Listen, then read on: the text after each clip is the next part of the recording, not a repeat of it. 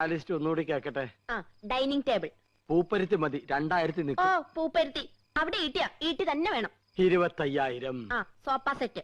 ചൂരല് മതി. റെപ്രസെന്റേറ്റീവിന് ഇരിക്കാനില്ല, യമുനയ്ക്കാ. കുഷൻ തന്നെ വേണം, കുതിച്ചു പോകണം. അതിന് കുതിരപ്പുറത്ത് കയറിയാ പോലെ. തമാശകള കൂട്ട്. 25,000. ആ ബ്രിഡ്ജ്. പാലോ അതും വേണോ? അവർക്ക് നടന്നു വന്നാ പോരെ? അതല്ലെന്ന് തണുപ്പിക്കുന്ന ഒരു സാധനം ഇല്ലേ?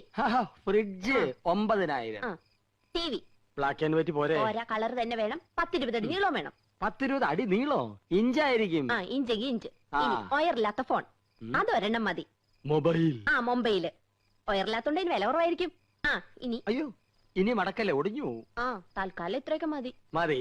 ഇനി ഇതിന് പണം ഉണ്ടാക്കാനുള്ള വകുപ്പും കൂടി പറഞ്ഞു തന്നെ. മൊത്തം പണം കൈ വെച്ചോണ്ടാണോ എല്ലാരും ഇതൊക്കെ മേടിക്കുന്നത്? ഇൻവെസ്റ്റ്മെന്റ് വാങ്ങണം. ഇൻസ്റ്റാൾമെന്റ്. ആ അതെങ്കിൽ അത്. അങ്ങനെ ആവുമ്പോ മാസം തോറും ഈസി ആയിട്ട് അടയ്ക്കാം. അല്ലെങ്കിൽ കടം വാങ്ങണം, പലിശ കൊടുക്കണമെന്നല്ലേ ഉള്ളൂ. എന്താ മുൻഷി പരമേശ്വരൻ പിള്ളയുടെ മകനെ കടം കിട്ടില്ലെന്നുണ്ടോ?